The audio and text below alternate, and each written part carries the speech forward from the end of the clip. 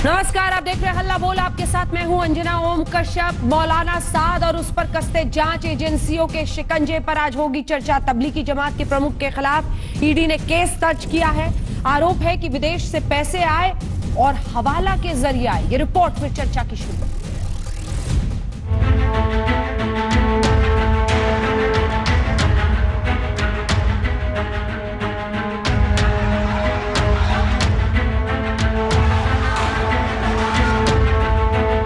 Corona काल में जिस निजामुद्दीन मरकज से फैले संक्रमण ने देश को तेज रफ्तार विकट काल में झोंक दिया, उसके मुखिया मौलाना साद पर जांच एजेंसियों का शिकंजा कसता जा रहा है। अब साद और मरकज प्रबंधन कमेटी के खिलाफ ईडी ने मनी लॉन्ड्रिंग का मामला दर्ज किया है। निजामुद्दीन मरकज में जब हजारों जमातियों का जमावड़ा लगा था, तब ईडी का मानना है कि मौलाना साद और मरकज के बैंक खातों में विदेशों से मोटी रकम आई थी, जिसे हवाला के जरिए ट्रांसफर किया गया था।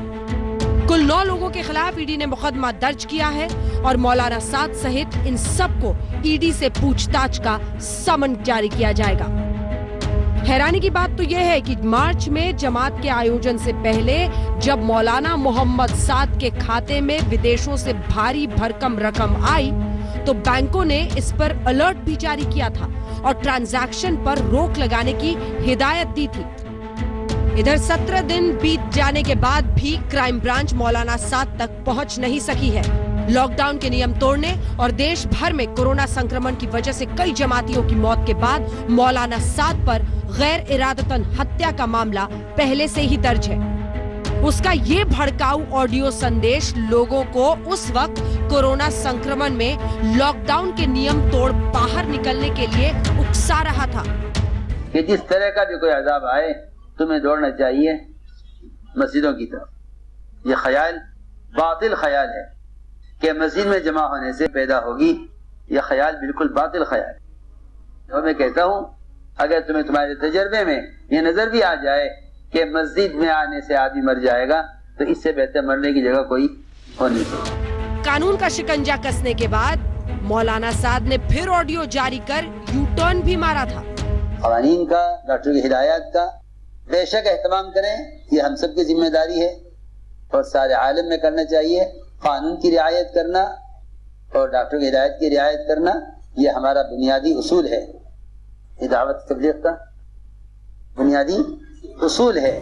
पुलिस मौलाना साद समेत 7 आरोपियों की गिरफ्तारी के लिए 17 दिन से हाथ पांव मार रही है और खबर यह है कि मौलाना साद दिल्ली के जाकिर नगर में ही अपना पता बदल रहा है। दिल्ली पुलिस की क्राइम ब्रांच भी मरकज फंडिंग पर जांच कर रही है, लेकिन 2 नोटिस भेजने के बाद भी अभी तक कोई जवाब नहीं आया है।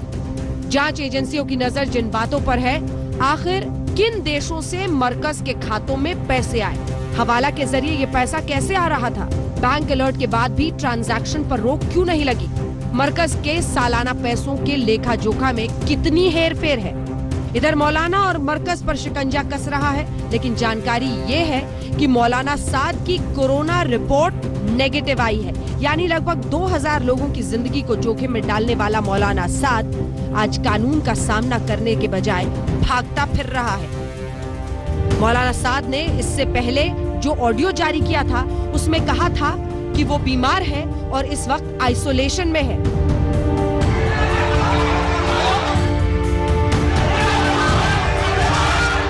दूसरी तरफ डॉक्टर्स और पुलिसकर्मियों पर हमले की खबर पूरे देश को शर्मसार कर रही है। आज टोंक में भीड़ 3 पुलिसकर्मियों पर टूट पड़ी। राजस्थान के कसाईवाड़ा में पुलिस टीम पर हमला हुआ। टोंक में कोरोना प्रभावित अल्पसंख्यक इलाकों में गश्त करने गई पुलिस पर लोगों ने घेर कर हमला किया। लाठी डंडे और तलवार से हुए हमले में 3 पुलिसकर्मी जख्मी हैं और जिला अस्पताल में भर्ती हैं। पुलिस पार्टी के ऊपर हमला कर दिया, जिसमें हमारे रामराज कांस्टेबल, राजेंद्र कांस्टेबल और बागचंद, उन तीनों के हैं, हॉस्पिटलाइज है तीनों, और डॉक्टर के उसके अंदर उनका इलाज चल रहा है। काफी लोगों को पूछताछ के लिए लेकर आए हैं। कोरोना वॉरियर्स पर हमले की घटनाएं रुकने का नाम नहीं ले रही। इससे पहले इंदौर में स्वास्थ्य कर्मियों की टीम पर हमला हुआ था और लोगों ने गलियों में खदेड़ खदेड़ कर महिला डॉक्टर्स और आशा कर्मियों पर पथराव किया था। एक ही दिन पहले मुरादाबाद में भी स्वास्थ्य कर्मियों की टीम पर कोरोना के संदिग्धों की जांच करने के लिए पहुंचने पर जमकर झुंड ने पथराव किया।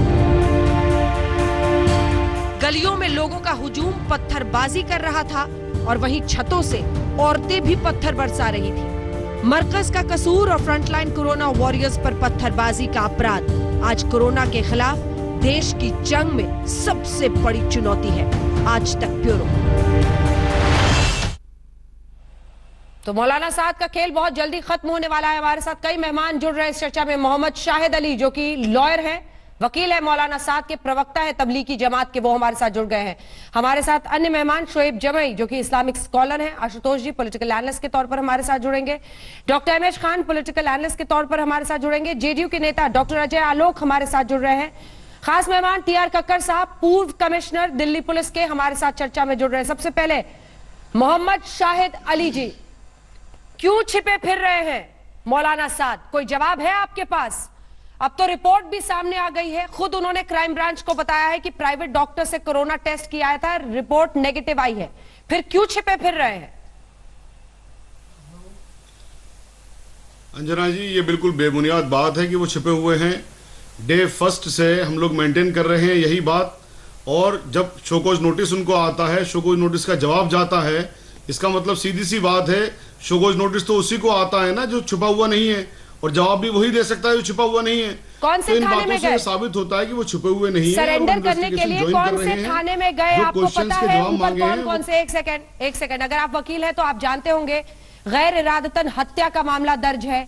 ईडी ने उनसे दो नोटिस भेजे गए और आपको भी पता है, उन्होंने जवाब नहीं भेजा है। कौन से थाने में गए सरेंडर करने? अंजना जी, इन्वेस्टिगेशन करना पुलिस का काम है, इन्वेस्टिगेटिंग एजेंसी का काम है।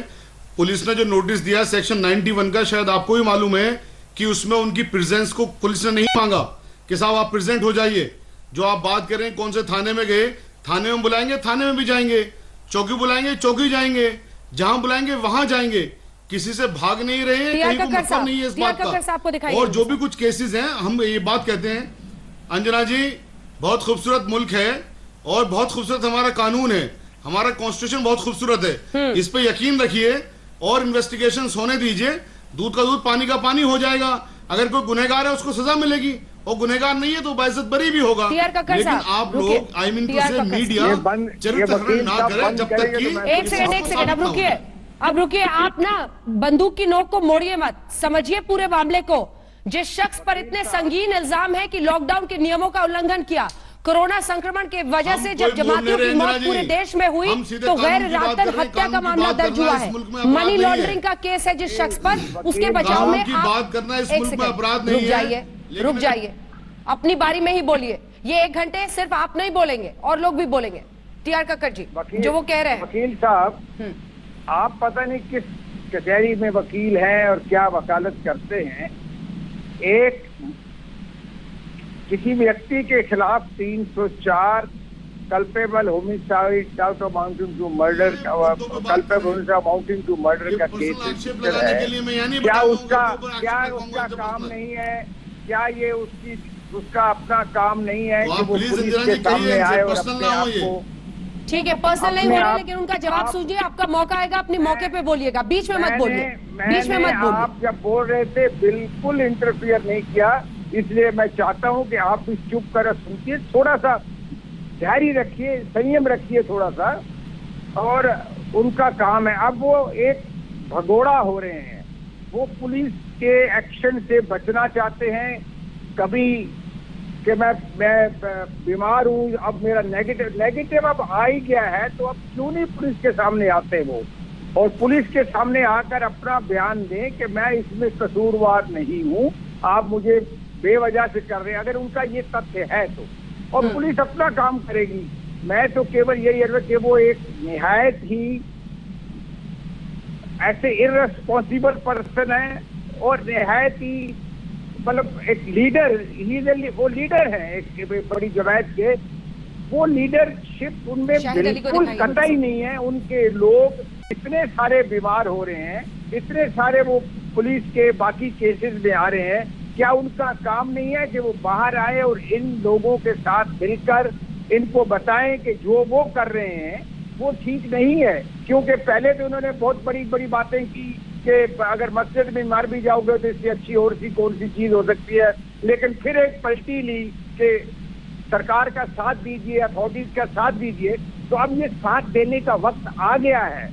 अगर वो कुछ नहीं, बीमार नहीं है, जो वो खुद कहते हैं कि वो नेगेटिव नहीं है, तो बाहर आके कम से कम, और कुछ नहीं तो अपने फॉलोअर्स को ये तो कहें कि देखिए, तो अगर तुम बीमार हो तो हॉस्पिटल में जाओ, डॉक्टरों पर हमला मत करो, तरह तरह की समस्याएं मत खड़ी करो। अब ये तो कह सकते हैं, इतना तो कहना उनका।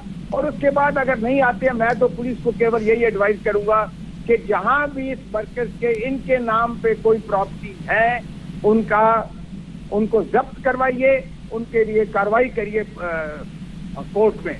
और निहायत ही मतलब एक ऐसा लीडर जो कि खुद छिप गया है अपने फॉलोअर्स को बाहर छोड़कर, इस तरह की लीडरशिप है। बुजदिली की निशानी है और कुछ नहीं है। एमएच खान साहब, ये वर्ड यूज नहीं करना चाहा, आपने कर दिया तो चलो ठीक है, एमएच हो गया। खान साहब जी, अंजना जी, अब मैं तो यही कहूँगा, देखिए ये जो ईडी का केस दर्ज हुआ है ये तो होता रहेगा, इससे कोई बड़ा मतलब नहीं है। इस देश में जितनी जानें चली गई, अभी लखनऊ में देखिए सदर इलाके में कसाई बाड़ा है, वकील को दिखाई 16 जमाती आके रुके थे, जिसमें 12 जमाती पॉजिटिव पाए गए।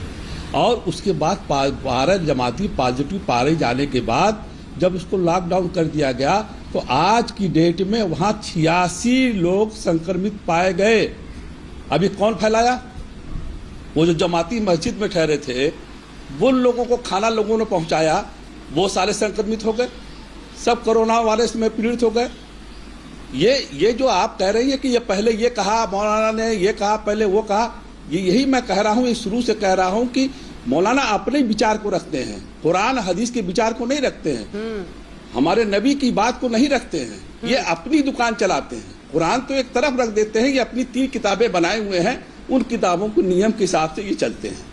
कि आप देखिए, अब जाहिलत है कि नहीं है कि जो आदमी यहाँ तो मालूम पुलिस जा रही है, डॉक्टर्स जा रहे हैं, नर्स बेचारी जा रही हैं कि आपका हम इलाज करेंगे, अगर आप बीमार हैं तो आपका हम इलाज करेंगे। आप उस पर डंडे चला रहे हैं, आप उस पर गुम्मे चला रहे हैं, आप उस पर लाठी बरसा रहे हैं, ये किसकी शिक्षा है? ये शिक्षा कहाँ से मिल रही है? ये तो शिक्षा तबलीगी जमात के मरकज से मिल रही है। हाँ। जो जी तबलीगी जमात से ये शिक्षा मिल रही है कि यही तुमको करना है और यही काम तुम्हारा है, तुम्हारा दूसरा काम नहीं है। आप देखिए, मस्जिद जो होती है वो मरने के लिए नहीं होती है, मस्जिद इबादत की जगह होती है। मस्जिद में अचानक कोई मर जाए तो वो बात अलग है, उसका मकाम अलग हो जाता है। मंदिर में कोई अचानक मर जाए उसका मकाम अलग होता है, लेकिन मंदिर और मस्जिद में अगर बीमार हो गया, अगर उसको कोई बड़ी बीमारी है, टाइफाइड है या उसको टीबी है और जाके मरने के लिए मस्जिद में जाता है, तो इससे बड़ा गुनाह पाप कोई नहीं है। इस्लाम इसकी इजाजत नहीं देता। मस्जिदों को गुलजार करने के लिए कह रहे थे लॉकडाउन के वक्त। इतने संगीन इल्जाम जिस शख्स पर है, वो बुज़दिल अभी भागता फिर रहा। साद साहब ने जो स्टेटमेंट दिया है, मौलाना साद साहब ने जो स्टेटमेंट दिया, आपने चलाया मगर आधा चलाया, जिसमें उन्होंने ये भी कहा है मस्जिदों में ना जाएं, सरकार को पूरी तरह सपोर्ट करें, इस वायरस को खत्म करने में सरकार की पूरी तरह से मदद करें। कस गया, उसके पहले क्या समझा रहे थे? उन पर इम्प्यूट किया जा रहा है, उसके पहले क्या समझा रहे थे? झूठ मत बोलिए, जिस ऑडियो को उसी की बात कर रहा हूँ। अंजना जी जवाब सुन लीजिए। जिस ऑडियो को इम्प्यूट किया जा रहा है कि वो उन्होंने कहा है, एक तो उसमें कोरोना वायरस का नाम नहीं है, वो कब की ऑडियो उसकी बात नहीं है, क्या वो ऑडियो ऑथेंटिक है इस बात का कोई सबूत नहीं है। तो इन सारी चीजों को जो इम्प्यूट किया जा रहा है, हम इसीलिए कह रहे हैं कि खुदारा इन्वेस्टिगेशन हो जाने दीजिए। लॉकडाउन में ये आयोजन क्यों किया गया? भरोसा रखिए पुलिस पर, मरकज में भरोसा रखिए 2000 ईडी लोगों को क्यों इकट्ठा पर, होने भरोसा दिया? रखिए कानून पर। क्यों भरोसा नहीं रख रहे आप लोग? ये चौथा स्तंभ, क्यों भरोसा नहीं रख रहे कानून को? इन्वेस्टिगेशन चल रही है ना अंजना जी, इन्वेस्टिगेशन हो जाएगी, अगर गुनहगार है तो सजा मिलेगी, फरार क्यों है? भागता क्यों फिर रहा है मौलाना साहब? पूरी तरह सशक्त है, संपन्न है। देखिए, फिर आपने दोबारा वही सवाल कर दिया। मैंने आपको बता चुका हूँ कि बिल्कुल भागने का मतलब नहीं होता। इन्वेस्टिगेशन ज्वाइन कर रहे हैं, नोटिस का जवाब दे रहे हैं जी नहीं। ईडी की तरफ जब मनी लॉन्ड्रिंग के केस में 2 नोटिस गए हैं क्राइम ब्रांच की तरफ से, एक का जवाब नहीं दिया है। झूठ बोल रहे हैं। उनके खिलाफ एक केस रजिस्टर्ड है, संगीन केस है, केस की आप बात कर रहे हो, उस केस की भी अभी तक इत्तला नहीं मिली है। उस केस की भी अभी तक इतना नहीं अच्छा, मिली ठीक है। है। आप यकीन रखिए, नोटिस आएगा, चलिए, उसका जवाब दिया जाएगा। चलिए खुली चुनौती है आपको। इन्वेस्टिगेशन ज्वाइन की अगर जाएगी, तो वाकई मतलब वो तो इतने बात है। ईमानदारी से इन्वेस्टिगेशन ज्वाइन कर रहे हैं, जांच ज्वाइन कर रहे हैं, तो बताइए जाकिर नगर में कहां पर है, पता बताइए उनका, क्यों छिपने की जरूरत पड़ गई? मरकज में जब इतने जमातियों को बुला रहे थे और पुलिस को सबको पता है, संक्रमित करके सबकी पुलिस को जिंदगी मालूम को है, खतरे में डाला, पुलिस देश को में मामले मालूम है, इतने बड़े, इन्वेस्टिगेशन ज्वाइन तब कर तो रहे नहीं हैं। छिपाया था कि कहां पे है सारे लोग निजामुद्दीन मरकज, इन्वेस्टिगेशन ज्वाइन कर रहे हैं। कहां है वो अभी? अंजना जी, आप तो अब थाना नहीं चलाएंगे ना? क्यों आप तो नहीं? क्राइम ब्रांच जानकारी को हेड क्यों नहीं करेंगे पूरे ना? देश को हो? वो क्राइम क्यों ब्रांच का भागते काम फिर रहे उनको हैं? मालूम है, आप रहने दीजिए ना इस चीज क्यों को। क्राइम ब्रांच को वो नहीं पुलिस पता है, की वरना और क्राइम एक्टिव ब्रांच कोई गिरफ्तार चीज नहीं है। करती उन्हें? अगर इन्वेस्टिगेशन नाम की कोई चीज होती है। देश के इतने तभी खैर तो हम ख्वाह कहते हैं कि हैं, मीडिया को सामने आ जाए। इन्वेस्टिगेशन नहीं करनी सामने चाहिए। आके अपने ये मीडिया बयान ट्रायल दीजिए। नहीं कर सकते आप। आपके हिसाब से मीडिया नहीं चलेगा देश का, आपको ये अच्छी तरह से समझ लीजिए वकील साहब। एक तो वैसे ही आपकी आधी अधूरी जानकारी है, अपनी बात करने का हक है। आधी अधूरी जानकारी के साथ आप बैठ रहे हैं। छिपाना, आर्टिकल 19 एक अपराधी को छिपाना उतना ही लेकिन भ्रम मत जुर्म करा है जितना कि दीजिए। अपराधी का है। आप कहते हैं, आप सुन रहे हैं कमिश्नर आप साहब ऑनरेबल को? पुलिस के पास, आप ऑनरेबल कोर्ट में जाइए, आप लोग छिपा रहे हैं और आप उतना ही ऑनरेबल जुर्म कोर्ट में आप कर रहे जाइए, हैं पुलिस जितना के पास वो कर जाइए, रहे हैं। पुलिस अगर इन्वेस्टिगेशन आप कर रही है, आप तो भरोसा रखिए कानून ना भी पुलिस के देखिए, ऊपर। कानून क्या क्यों कहता भरोसा है नहीं इसके आपको बारे पुलिस के में? ऊपर? अजय आलोक जी, अजय आलोक जी ये बता रहे हैं कि वो सामने आने को तैयार हैं, लेकिन फिर भी भागते फिर रहे हैं। फिर ये मीडिया को प्रवचन देने बैठे हैं वकील साहब, जो खुद ही आधी अधूरी जानकारी लिए बैठे हैं।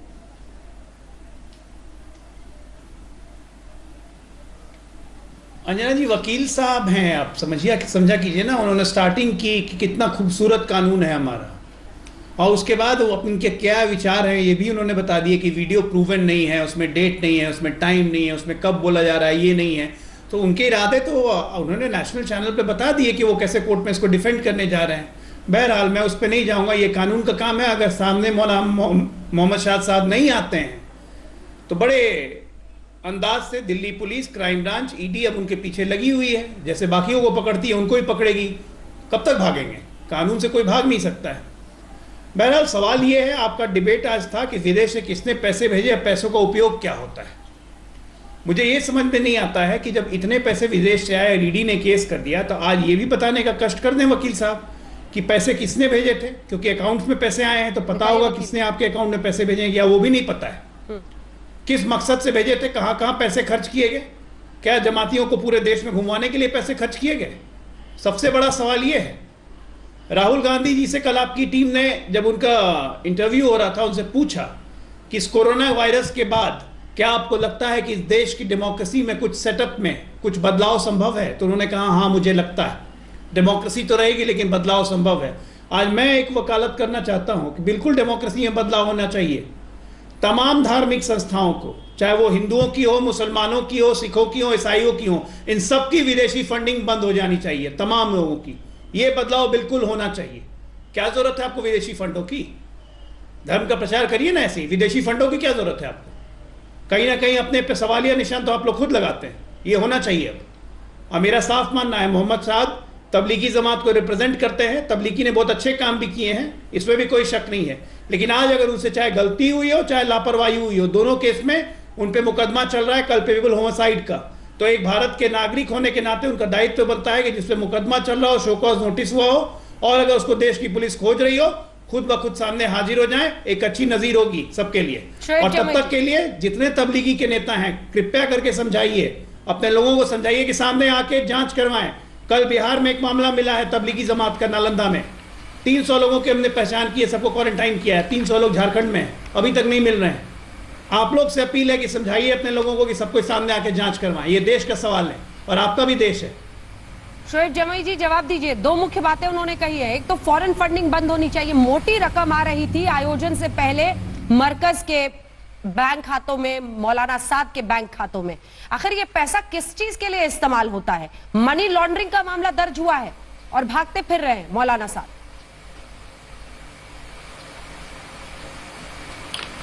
अंजना जी बहुत बहुत शुक्रिया, आपने जो डिबेट्स में हम शामिल हुए हैं।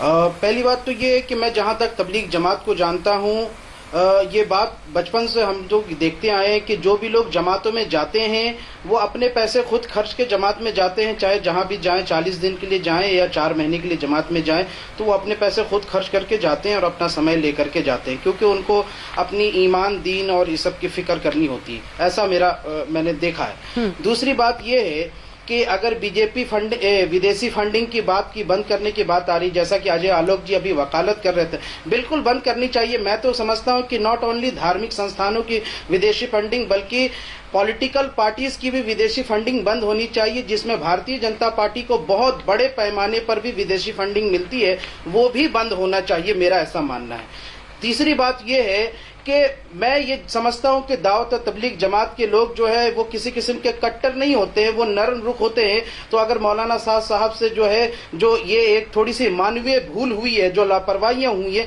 इसमें माफी मांग लेने में कोई गुरेज नहीं है, कोई हर्ज नहीं है। और दीन और इस्लाम भी हमें यही कहता है कि हम माफी मांगने से छोटे नहीं हो जाएंगे, तो ये कर लेना चाहिए और मैं तो समझता हूं कि ये बहुत बेहतर रास्ता है।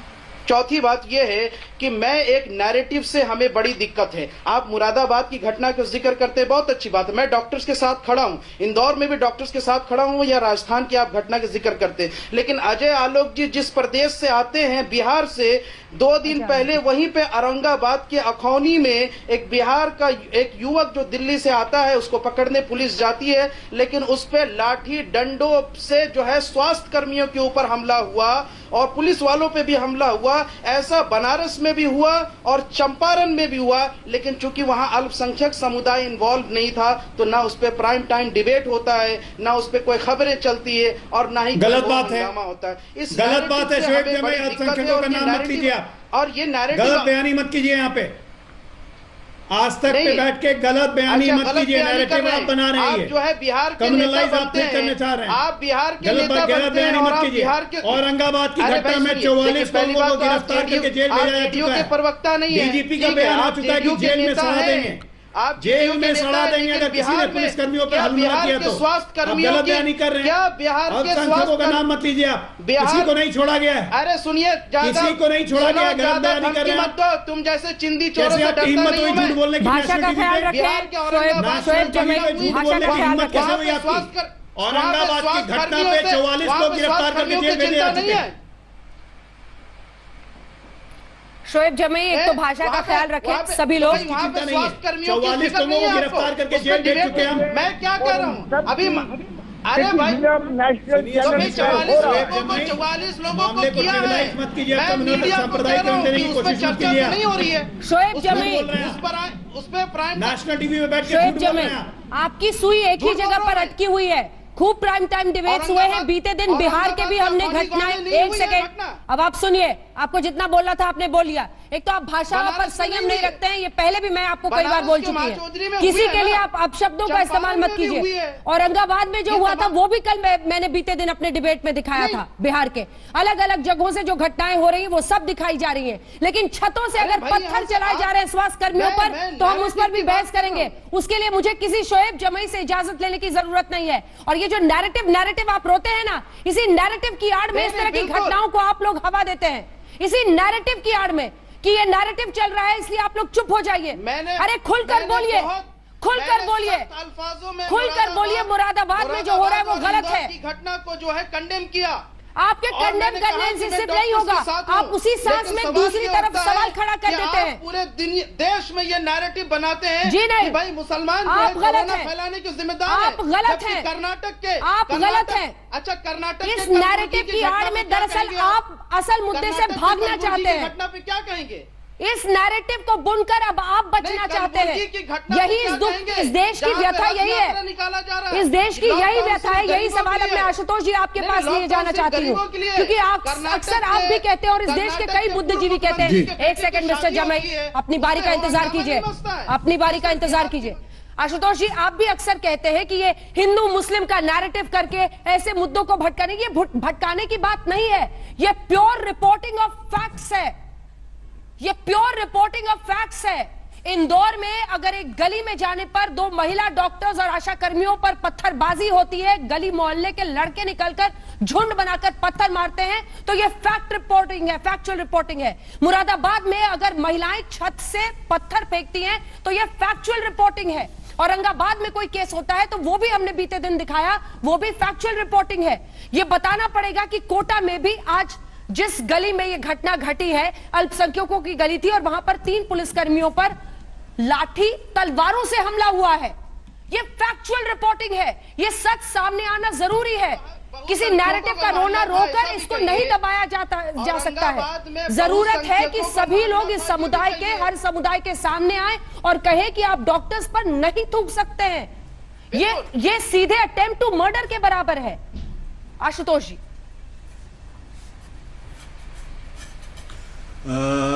देखिए अंजना जी, जो सवाल आपने खड़ा किया है, जो आपके डिबेट पे खड़ा हुआ है, ये तो सच्चाई है इस देश की कि खास तरीके का नैरेटिव इस देश के अंदर बुना जा रहा है, इसमें कोई दो राय नहीं है। और ये बनारस की घटना पर टीवी चैनल्स पे उस तरीके से डिबेट नहीं होती जिस तरीके से मुरादाबाद और इंदौर की घटना पे होती है, चंपारण पे नहीं होती है। हाँ, खबरें जरूर दिखाई जाती है लेकिन उस पर उस तरीके से डिबेट नहीं होती। अब आज का दिन ले लीजिए आप, हम तबलीग जमात मोहम्मद साद पे चर्चा कर रहे हैं, जो ऐसी सजा मौलाना साद साहब को मिलनी चाहिए कि उनकी पीढ़ियां याद रखें, दोबारा कभी इस तरीके की गलती ना करें। लेकिन क्या कर्नाटक के अंदर जो हजारों लोग इकट्ठा हुए धर्म के नाम पर, क्या उस पर कोई चर्चा होती है क्या इस देश के अंदर? और अगर क्यों नहीं चर्चा होती, वो लोग जिन्होंने आयोजन किया, क्या उनकी गिरफ्तारी नहीं होनी चाहिए? क्या उनके खिलाफ कार्रवाई नहीं होनी चाहिए? और क्यों मुरादाबाद की बात करके हम एक धर्म विशेष के खिलाफ पूरा माहौल बनाने का प्रयास करते हैं? और भारत सरकार जो है जब कोरोना वायरस के बारे में बात करती है तो एक अलग कैटेगरी तबलीग जमात की बना के बात करती। क्यों भाई? क्यों? क्या किसने आपको अधिकार दे दिया? वो जो लोग कल सिंह लिंगासा कर्नाटक के अंदर थे, उनमें से हर आदमी मैं ये यकीन रखती हूँ कि एक सेकंड सर, मेरी बात आप सुनिए, काउंटर क्वेश्चन करने दीजिए, काउंटर क्वेश्चन करने दीजिए, मेरी बात आप सुनिए सर। नहीं, एक काउंटर क्वेश्चन आपको सुनना पड़ेगा। मेरे साथ कुछ ही देर में वो डॉक्टर जुड़ने वाले हैं जिनको पूरी चोटें आई हैं मुरादाबाद में।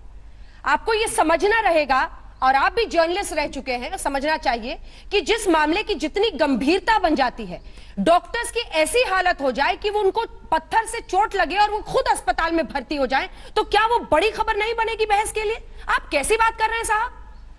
आप कैसी बात कर रहे हैं? अगर धर्म का आयोजन होता है उस पर हम रिपोर्ट बनाकर दिखा रहे हैं, लेकिन इस हद तक हमला हो कि डॉक्टर आज बेड से मुझे लाइव देंगे।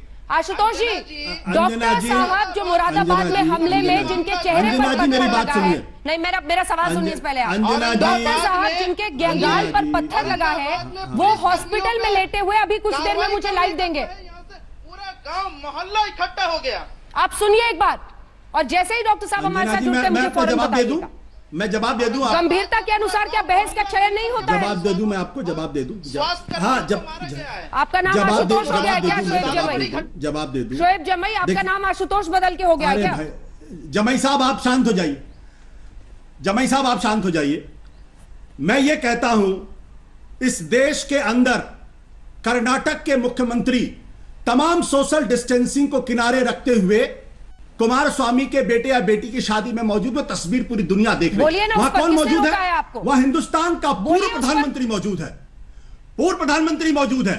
वहां पर बीजेपी के मौजूदा मुख्यमंत्री मौजूद हैं, वहां पे पूर्व मुख्यमंत्री मौजूद हैं। और उसी राज्य के अंदर हजारों लोग एक धार्मिक आयोजन में इकट्ठा होते हैं। उन हजारों लोगों को क्वारंटाइन किया जाना चाहिए, उन हजारों लोगों की स्क्रीनिंग होनी चाहिए, उन हजारों लोगों का नाम भी तबलीग जमात की तरीके से भारत सरकार को एक कैटेगरी बनाकर रोज ब्रीफिंग करनी चाहिए, उनमें कितने लोगों ने कोरोना वायरस फैलाया नहीं। लेकिन ये डिबेट इस देश के अंदर नहीं होती है। इस देश का मीडिया आज की तारीख में आज पूरे हिंदुस्तान को, आशुतोष जी कैसे बात कर रहे हैं? टेस्टिंग कराइए उन लोगों की, टेस्टिंग कराइए। जो नहीं करेंगे, मैं कह रहा हूं टेस्टिंग, जैसे मुझे लगता है आप जानबूझकर जैसे तबलीग की जमात, आज आप एक नैरेटिव बनाना चाहते हैं, आप मीडिया पर एक गलत आरोप लगाना चाहते हैं। आप चाहते हैं इस दबाव में मीडिया सही फैक्ट्स को सामने ले आए। अगर उस शादी में शामिल एक भी शख्स को कोरोना होता है तो क्या हम उस पर चर्चा नहीं करेंगे? आप मेरे सवाल का जवाब दीजिए। अगर उस शादी में मौजूद एक भी शख्स को कोरोना होता है, एक सेकेंड सर, एक सेकेंड, कैसे पता चलेगा? एक सेकंड, जब लखनऊ में बॉलीवुड की उस सिंगर, जब कैसे पता लखनऊ चलेगा में वहां पे? बॉलीवुड की उस कैसे सिंगर पता चलेगा? आशुतोष जी, तबलीगी जब जमात के लखनऊ लोगों की में टेस्टिंग की बॉलीवुड गई। की सिंगर की वजह से सुनिए मेरी बात वसुंधरा आप। राजे पर बहस हुई, वसुंधरा राजे के बेटे दुष्यंत सिंह पर बहस हुई, देश के आप सुनिए राष्ट्रपति मेरी के बात। पीछे वो मौजूद थे आप खड़े सुनिए मेरी सांसद, बात। उन पर बहस हुई। कैसी गलत बात कर रहे हैं आप मिसलीड कर रहे हैं। सुनिए आज। मेरी बात। जब भी कोई मामला आप आता सुनिए है मेरी बहस बात। होती है, आप खबर सुनिए दिखाई मेरी बात। जाती है। आप सुनिए मेरी बात। आप सुनिए मेरी बात। इस देश के मीडिया की हैसियत नहीं है कि इस देश के प्रधानमंत्री के खिलाफ एक शब्द बोल दे। आप क्या बात कर रहे हैं? आप क्या बात करती हैं? आप बिल्कुल गलत बात कर रहे हैं। मेरा मुंह खुलवाना चाहते हैं आप लोग। कल भी मुंह खुलवाना चाहते हैं। इस देश के मीडिया ने हिंदुस्तान की जो हालत पैदा कर दी है, जो हालत की है इस देश के अंदर, आप डिबेट नहीं कर रहे हैं क्योंकि आपको सच्चाई सुनना नहीं चाहते। आप लोग सच्चाई सुनना नहीं चाहते। आप डिबेट को डिरेल कर रहे हैं। सुनना नहीं चाहते आप लोग आपके सच्चाई। पास मेरे इस देश का के कोई मीडिया जवाब ने है? इस देश के मीडिया ने जब यहाँ के वसुंधरा लोगों को राजे, दुष्यंत इस देश सिंह के मीडिया को सांसद, इस देश के मीडिया जब को मामला आया, सिर्फ क्या और हमने नहीं सिर्फ दिखाया? सरकार की, सिर्फ और सिर्फ देश के आप mislead कर रहे प्रधानमंत्री हैं। की, आप इस देश डिबेट के को derail प्रधानमंत्री कर का रहे हैं। सिर्फ महिमा मंडन करते सुबह से शाम तक, आप गलत सुबह कह से रहे शाम हैं। तक। हम आप सिर्फ तबलीगी बिल्कुल जमात गलत के कह बारे में रहे बात करते हैं। आज क्यों नहीं डिबेट हुई? आज क्यों नहीं कर्नाटक के बारे में आज क्यों नहीं कर्नाटक के बारे में बात हुई? क्यों नहीं डिबेट हुई? वहां जो हजार लोग इकट्ठा हुए थे, उनकी टेस्टिंग कब होगी? उनकी स्क्रीनिंग कब होगी? बहुत कब होगी? दुर्भाग्यपूर्ण है। नहीं, दुर्भाग्य की आप बात भी नहीं है। बैठकर सच्चाई बीते कड़वी दिन होती मेरे ही है। साथ खूब सच्चाई कड़वी प्रशंसा होती है कर और रहे आप लोगों को थे बुरा कि लगता है। प्रधानमंत्री ने पूरे देश को जोड़ दिया। तब तो मैंने नहीं कहा कि आप प्रोपेगेंडा में हैं और आप किसी झांसे में आके ये सब कह रहे हैं, महिमा मंडन कर रहे हैं पीएम का। हमने माना कि आप एक पॉलिटिकल एनालिस्ट के तौर पर एनालाइज कर रहे हैं। हमने नहीं आप पर आरोप लगाया था, लेकिन आज आप डिरेल करने के लिए इस बहस को, अपनी बात को चमकाने के लिए गलत कह रहे हैं। ये फैक्चुअल रिपोर्टिंग है। हम लगातार कुमारस्वामी साहब की शादी में जो कुछ हुआ है उसकी तस्वीरें में दिखा रहे हैं, हर वो तस्वीर दिखा रहे हैं। औरंगाबाद हो, मुरादाबाद हो, इंदौर हो, टोंक हो, कर्नाटक हो, देश भर की तस्वीरें दिखा रहे हैं। अर्थव्यवस्था पर हमने भी बीते दिन कार्यक्रम किया है पूरे 1 घंटे इंडस्ट्रियलिस्ट के साथ। आप सोचिए और समझिए कि आप क्या बोल रहे हैं। कुछ नहीं, मैं बता रहा हूं। आप बिल्कुल सब कुछ है। जिस तरीके से मनमोहन सिंह से सवाल पूछे जाते थे, नरेंद्र मोदी सवाल पूछे जाते, नहीं पूछे जाते। इन लोगों ने ड्रिल नहीं कर दिया। पूछे जाते आपका सवाल। मकसद पूरा मनमोहन नहीं सिंह से जो सवाल पूछे जाते थे, आज जो सवाल पूछे जाते थे, नहीं पूछे जाते थे। ये मकसद खराब हो गया। क्या सवाल ये पूछा गया? क्या ये सवाल पूछा खराब हो गया? खुद ही बैठ के 2 दिन तक आप लगातार महिमा मंडन कर रहे थे प्रधानमंत्री का मेरे साथ कि वाह प्रधानमंत्री ने देश को जोड़ दिया, और आज आप अपनी पूरी बात पढ़ रहे हैं। आपके चैनल पे जो ये लोग आते हैं, मुद्दे से भटकने दीजिए, उनको डाउन करिए उनका ऑडियो। चलिए अब सीधे चलते हैं। हमारे साथ डॉक्टर साहब इस बार मुरादाबाद के जुड़ गए हैं। और आशुतोष जी, ये फैक्चुअल रिपोर्टिंग का हिस्सा है। ये मामले की गंभीरता को देखकर मामले को बहस के लिए चुनने का निर्णय होता है। अंजना जी, मैं उम्मीद यही करूंगी कि आप जरा सा सोच कर बोलिएगा। चलिए सीधे लिए चलते हैं। आपको 1 सेकंड सर प्लीज। हमारे साथ डॉक्टर साहब जुड़ गए हैं। सबसे पहले डॉक्टर साहब, हम आपकी हिम्मत की दाद देते हैं। आज अगर आंकड़े धीरे धीरे थोड़े बेहतर हो रहे हैं, क्योंकि आज ही स्वास्थ्य मंत्रालय की तरफ से जानकारी दी गई 6.2 दिन में अब दोगुने हो रहे हैं केस, तो आप जैसे ही वॉरियर्स की वजह से ये सब कुछ हो रहा है। मेरा पहला सवाल, देखिए डॉक्टर साहब, जिन परिस्थितियों में है देखकर भी सर मुझे बहुत मुश्किल हो रही है आपसे बातचीत करने में, लेकिन इस वक्त आपकी तबीयत कैसी है? जो चोटें आपको आई हैं उसके बारे में आप क्या बताएंगे? अभी आपकी तबीयत कैसी है सर आज? डॉक्टर साहब देखिए, चोटें तो फेस पे कोई काफ़ी गहरा जख्म था और टांके भी हैं, तो काफ़ी खिंचाव है। और सिर में चूँकि डंडा पड़ा था और पूरे शरीर में काफ़ी डंडे और लात घुसे पड़े थे। पहले से तो थोड़ा सा बेहतर हूँ, लेकिन अभी भी दर्द काफ़ी ज़्यादा है। मुझे एहसास हो रहा है डॉक्टर साहब कि आपके लिए बोलने में भी बहुत तकलीफ हो रही है। टांके लगे हो यहाँ पर चेहरे में, गाल में, एक हिस्से में, तो बहुत दिक्कत हो रही होगी। लेकिन चूंकि आप ही ने इजाजत दी कि आप बात कर सकते हैं, इसीलिए हम ये लाइव कर रहे हैं आपके साथ। क्या हुआ था सर, अगर आप संक्षिप्त में बता सके, क्या हुआ था? कैसे इन लोगों ने अचानक हमला किया था? और कुछ आपको जानकारी थी कि पहले से इस गली में ये लोग हमला कर सकते हैं? क्या हुआ था सर? देखिए, जैसा सबको मालूम है कि सरताज नाम का एक पेशेंट था जो कोरोना पॉजिटिव था और उसका इंतकाल हो गया। तो ये तय हुआ था ऑफिस में कि जो भी फर्स्ट कांटेक्ट होगा उसको हम लोग लाकर क्वारंटाइन करेंगे और उनका सैंपल लेंगे। तो उससे 1 दिन पहले उनकी पत्नी और बड़े बेटे को ले आया गया था, लेकिन ये अगले दिन ये तय हुआ सुबह ही सुबह कि उनके दोनों बेटे और जो क्लोज़ कॉन्टैक्ट हो उनको भी लाया जाए। तो उनके दोनों छोटे बेटे और उनका एक भाई छोटा इमरान जो उसी घर में रहता है उसको, और उनका एक भतीजा दाऊद जिसने उनको कंधा दिया था, उनको हम चारों को लेने के लिए हम पहले थाना नागफनी गए। वहाँ से हमने पुलिस पिकेट ली और पुलिस पिकेट को लेके हम उनके घर पहुँचे थे, जहाँ पर हमने उनको बुलवाया, उनसे बातचीत की और बातचीत करके जब वो हमसे मुतमईन हो गए तब हम उन लोगों को तैयार करके हमने एम्बुलेंस बुलाई। एम्बुलेंस आने में चूँकि उस दिन काफ़ी ज़्यादा कार्य था तो एम्बुलेंस आने में थोड़ा सा विलम्ब जरूर हुआ, लगभग 20-25 मिनट का, और फिर हमने उन सब लोगों को गाड़ी में बिठा लिया। यही हमारा मकसद था उस दिन का। और आप ही जैसे कोरोना वॉरियर्स हैं जिसकी वजह से भारत इस जंग को इस मुस्तैदी के साथ लड़ रहा है। बीते दिन एक वीडियो आया सर जिसमें छतों से महिलाएं भी थी जो पत्थर, क्या छतों से भी पथराव हो रहा था उस रोज? लेकिन अब भीड़ काफ़ी थी और महिलाएं छतों पर काफ़ी थी।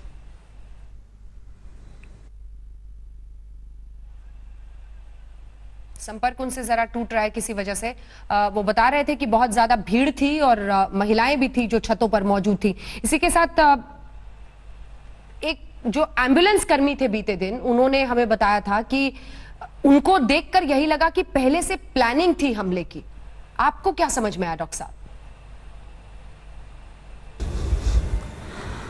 जब तक हम थे तब तक तो हम नहीं कह सकते, लेकिन हाँ जिस समय हमारे उन लोगों को बैठाने पर वहाँ कुछ भीड़ इकट्ठा हुई तो उसमें से किसी एक शख्स ने ऐसा कहा कि ये हमारे लोगों को उठा कर ले जाते हैं और वहाँ खाना नहीं देते, वहाँ पानी नहीं देते, भूखा रखते हैं, कोरोना का इंजेक्शन लगा देते हैं, पॉजिटिव कर देते हैं, मार देते हैं।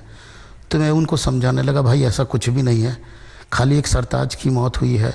अगर हम ऐसा सब करते तो शायद बहुत सारी मौतें होती, लेकिन ऐसा कुछ भी नहीं। दूसरा, खाना और पानी तो प्रशासन का काम है, ये स्वास्थ्य विभाग का काम नहीं है। प्रशासन उस काम को बखूबी देख रहा है और सबको हर चीज़ मुहैया है, लेकिन फिर भी अगर आपको शिकायत है तो आप प्रशासन से कह सकते हैं, जिलाधिकारी महोदय से कहिए, हम उसमें कुछ भी नहीं कर सकते।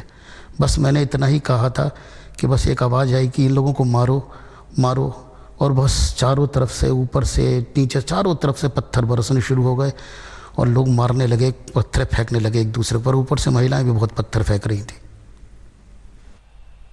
बहुत तकलीफ होती होगी सर आपको, क्योंकि आप लोग अपनी जान की बाजी लगाकर ऐसी जगहों पर जा रहे हैं। और जो मुझे जानकारी है, यहाँ पर पहले टेस्ट किया गया था, कई लोग कोरोना पॉजिटिव आए थे। सरताज व्यक्ति आपने बताया जिसकी मृत्यु हुई थी 3 दिन पहले, आप लोग गए थे अन्य लोगों के इलाज के लिए वहां पर बातचीत करने। बहुत तकलीफ होती होगी जब इस तरह की परिस्थितियों का सामना करना पड़ता होगा। देखिए, तकलीफ, हम स्वास्थ्य विभाग के हैं, हमारे तकलीफ तो अलग बात है। हमें इस लोगों को स्वास्थ्य मुहैया कराना ये हमारा पहला कर्तव्य है। और चूंकि हम पूरा देश एक महामारी से लड़ रहा है तो हम लोग भी उस प्रथम पंक्ति में खड़े होकर जो कोरोना पॉजिटिव हैं उनको एक परिवार से अलग कर दें जिससे कि औरों को ना फैले, और दूसरे की जिनको हो गया है उनको आइसोलेशन में ले जाएं, और जो उनके पहले कांटेक्ट है उनको भी हम अलग करके उनका सैंपल ले लें। तो ये हमारा कर्तव्य है, ताकि अगर ये किसी कारण से पूरे देश में फैल गया तो शायद हम एक दूसरे की लाशें गिन भी नहीं पाएंगे। यही हमारा मकसद था और इसी मकसद को लेकर हम लोग दिन रात यही कार्य कर रहे हैं। जो भी हमारे बड़े अधिकारी हैं वो प्लानिंग तैयार करते हैं, जो जिसको जैसे मिलता है वो अपने अपने काम पे सुबह ही सुबह आकर निकल जाता है। डॉक्टर साहब बहुत धन्यवाद आपका। मुझे पता है बहुत मुश्किल में आप इस वक्त हैं, लेकिन आपने जो आखिरी लाइन कही है वही सबसे महत्वपूर्ण है। इससे ज्यादा मैं आपको परेशान नहीं करूंगी। बहुत धन्यवाद आपका। डॉक्टर सुधीर चंद्र अग्रवाल, आप जैसे फ्रंट लाइन कोरोना वॉरियर्स की वजह से हिंदुस्तान इस जंग को आगे ले जा रहा है। पूरा देश आपके साथ है, आपके काम को सलाम करता है, आपकी हिम्मत की, आपकी जांबाजी की, आपके हौसले की दाद देता है। अब यहीं से पूरा मामला आगे जाता है, यहीं से पूरा मामला शोएब जमई जी आगे जाता है। ये किसी, आपने सुनी उनकी आखिरी बात, वो सिर्फ ये कह रहे हैं बतौर डॉक्टर, स्टिचेस लगे हुए हैं उनके मुंह पे, वो सिर्फ, मैं आ रही हूँ डॉक्टर खान, तुरंत आ रही हूँ, एक बार शोएब जमई से एक रिएक्शन ले लूं। वो कह रहे हैं कि एक दूसरे की लाशें गिनने के लिए भी हम लोग नहीं बच जाएंगे। जिस तरह से 30 से ज्यादा हजार लोगों की जान अमेरिका में चली गई है, हम ये रिस्क नहीं ले सकते हैं। इसीलिए संदेश देना होगा सबको कि आप ये सब करने से बचें। ऐसी जगहों पर आपको, मतलब क्या है वो सोच जो आपको कहती है कि आप छतों से सड़कों पर आकर झुंड बनाकर पत्थर मारिए स्टेथोस्कोप वालों पर। शोएब जी।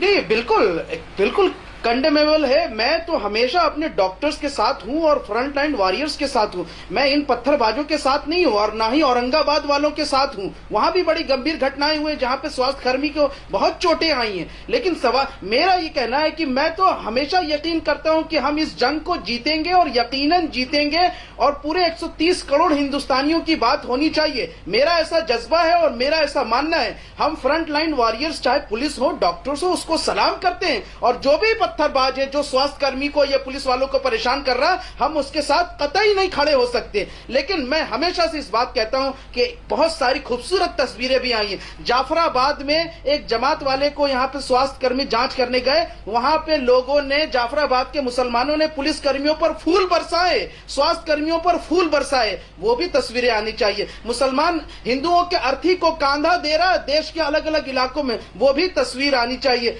लेकिन वो तस्वीर आती है जहां पे फल वाले और सब्जी वालों को हिंदू मुसलमान कहा जाता है।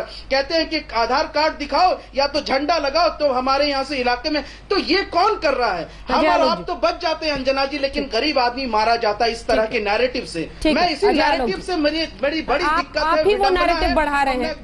आप ही वो नैरेटिव फिर आप उसी जगह आ गए हैं। देखिए अंजना जी हाँ बोलिए अंजना जी, देखिए मैं एक बात कह देता हूँ कि शोएब जमाई जैसे व्यक्तियों की बात का मैं जवाब नहीं देता हूँ, क्योंकि बिहार यूपी में कहावत है कि कीचड़ में एक मिनट में बोल दूं, कीचड़ में पाँव नहीं डालते हैं, नहीं कंकड़ फेंकते हैं, क्योंकि छींटे फिर अपने आप पड़ जाते हैं। डॉक्टर कहीं कहलाने से लायक नहीं, क्योंकि इनकी भाषा ऐसी नहीं है। बहरहाल मैं इनकी बात का कोई जवाब ही नहीं दूंगा। ये शाहीन बाग से लेके आज तक अपने आप को एक्सपोज कर चुके हैं, देश की जनता इनको जानती है। अच्छा एक मिनट, मैं कुछ और बात कर रहा हूँ, आपकी बात नहीं कर रहा हूँ भाई, आप इतने इंपॉर्टेंट नहीं हो। शांत रहिए, शांत रहिए, आपके बारे में नहीं बोल रहा। रुक जाइए, अभी चुप रहेंगे बीच में, तब तक कोई कुछ बोलेगा। अंजना जी, बारी बारी से अजय आलोक जी बात पूरी कीजिए। कह रहा हूँ मैं आशुतोष जी को जरूर एक बात कहना चाहूंगा। आशुतोष जी के नैरेटिव का एक बात का याद दिलाना चाहूंगा कि वक्त बड़ा बलवान है। आशुतोष जी 2014 में किताब लिखी थी आपने, the crown Prince, the gladiator and the hope. Last में लिखा था द क्राउन प्रिंस वैनिशेस। उस वक्त आप ग्लैडिएटर के साथ थे और होप आपको प्रधानमंत्री में दिख रही थी। आज आप होप को भी भूल गए, ग्लैडिएटर को भी छोड़ दिया, क्राउन प्रिंस के पिछवाड़े लग गए। ये तो आपका नैरेटिव है, उस नैरेटिव के चक्कर में सब चीज को आप प्रूफ करने पे लगे हुए हो। आप लोग खुद अपने आप को एक्सपोज करते हो, चाहे आशुतोष जी आप हो चाहे शोएब जमाई हो, और देश आप लोग को देख चुका है कि आप लोग की सच्चाई कितनी है। आप ही की किताब है ना, मेरी किताब नहीं है। होप के बारे में बड़ी होप जगाई थी आपने, ग्लैडिएटर का भी साथ छोड़ दिया, होप को भी भूल गए, क्राउन प्रिंस के पीछे लगे जो वैनिश हो गए थे। हंसी अच्छी बात है। आलोक जी मुझे उम्मीद नहीं थी कि आप यही सब नैरेटिव मुझे उम्मीद नहीं थी कि आप किताब, अरे शर्म आनी चाहिए साहब। नहीं अब सुन लीजिए, किताब को कोट कर रहा हूं, शर्म आनी चाहिए। ये डॉक्टर खान भी बोल रहे हैं, उसके बाद जवाब। ये हंसने का समय, डॉक्टर खान, ये हंसने का समय, डॉक्टर खान ये हंसने का समय है। कौन समय? ये हंसने का समय है क्या? कौन समय बोल रहे? देखिए अजय आलोक जी आपने, देखिए अजय आलोक जी, मैं कह रहा हूँ हंसने का समय नहीं है, बड़ा दुखद घड़ी है, देश के ऊपर संकट आया है। ये हा करके हंसने का समय नहीं है। किस चीज पे हंसी आ रही भाई? लोग मर रहे हैं इस पे हंसी आ रही है, लोग किस बात पे हंस रहे? मैं देख नहीं पा रहा है। डॉक्टर रमेश खान है, कौन सज्जन है? आलोक, उनको लग रहा है और सही भी ऐसा बड़ी मुश्किल घड़ी में देश में वो कह रहे हैं कि क्यों हंस रहे हैं। मैं आप कौन है? आप कौन है? कौन सज्जन आप कौन है? अंजना जी ये जो मुखौटा पहनकर आप लोग खड़े होते हैं, आज ये जो मुखौटा नहीं, ये जो तुम्हारा मुखौटा है ना, ये कौन आदमी है? जनता तुम्हारी उतार देगी। अभी आम आदमी पार्टी में गए थे ना तुम, आम आदमी पार्टी में गए थे ना तुम, वहां से लात मारे गए हो तो बाहर चले आए। कौन है ये आदमी? अब बात सुनो मेरी, और कैसे? अब बात सुनो मेरी, बात कौन आदमी है? बात सुनो मेरी, कौन आदमी है? बात सुनो। और आप ये होने कैसे दे रही है? हंसने की डॉक्टर एमएच खान है, बीएसपी के प्रवक्ता हैं। उनका सिर्फ ये कहना था, राजनीतिक विश्लेषक के तौर पर वो बैठे, उनका ये कहना है कि आपको ऐसी संकट की घड़ी पर हंसना नहीं चाहिए, लेकिन इसी में पूरा वक्त निकल गया और हम बहस थोड़ी देर उससे अलग हो गए। मैं वापस लौटूंगी। मौलाना का खेल खत्म, विदेशी पैसा हजम, मौलाना का खेल खत्म। हल्ला बोल में फिर से आपका स्वागत है। आशुतोष जी, वक्त बहुत कम है, छोटा छोटा जल्दी से अपना जवाब दे दीजिए। आप जवाब देना चाह रहे थे, फिर मैं खान साहब के पास जाऊंगी।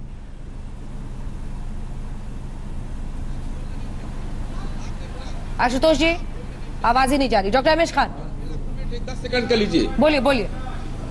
जी, मैं ये कह रहा था कि देखिए ये इतने जिम्मेदार आदमी होकर के इस वक्त देश कितने संकट में है और हंस रहे हैं, लोग मर रहे हैं, तेजी में लड़के लगी हुई है, डॉक्टर्स मारे जा रहे हैं, नर्सें मारी जा रही हैं, आप हंस रहे हैं। पता नहीं कौन सी जिम्मेदार आदमी है। दूसरी बात, अजय आलोक जी, मैं आपको बता दूं, आपको शायद जानकारी नहीं है, ये तबलीगी जमात नहीं, सरकारी जमात कोई अच्छा काम नहीं किया है।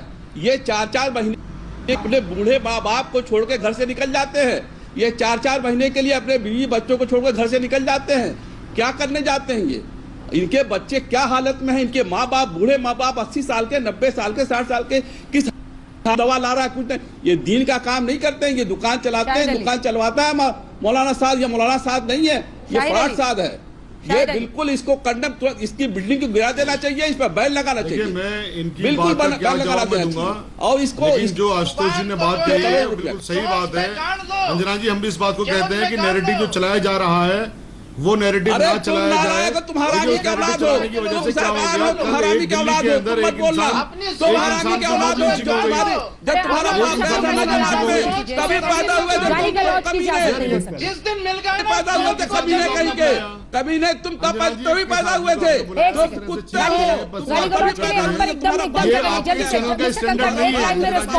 सख्त कार्रवाई करनी चाहिए। दिल्ली पुलिस के आप ऐसे लोगों मिस्टर कक्कड़, दिल्ली पुलिस हाथ पैर ही मारती रहेगी, आप पकड़ेगी इन लोगों को? दिखाएं मिस्टर कक्कड़। मैं सिर्फ ये कह रहा हूँ कि ये जो भी पार्टिसिपेंट हैं डिस्कशन में, उनको कहिए कुछ थोड़ा सभ्यता दिखाएं। इस चैनल पर इस तरह की गाली गलौज और लांछन ना लगाएं। एक मौलाना साद का खेल जल्दी होगा खत्म, तो जल्दी खत्म नहीं हो रहा कोरोना वॉरियर्स पर हमले का सिलसिला। इसी पर आप देख रहे थे हल्ला बोल, देखते रहिए आज तक। नमस्कार, मैं हूं अंजना ओम कश्यप। हमें उम्मीद है ये वीडियो आपको पसंद आया होगा। लेटेस्ट खबरों के लिए यूं ही देखते रहिए आज तक, और इस वीडियो के पसंद आने पर लाइक, शेयर एंड सब्सक्राइब करना ना भूलें।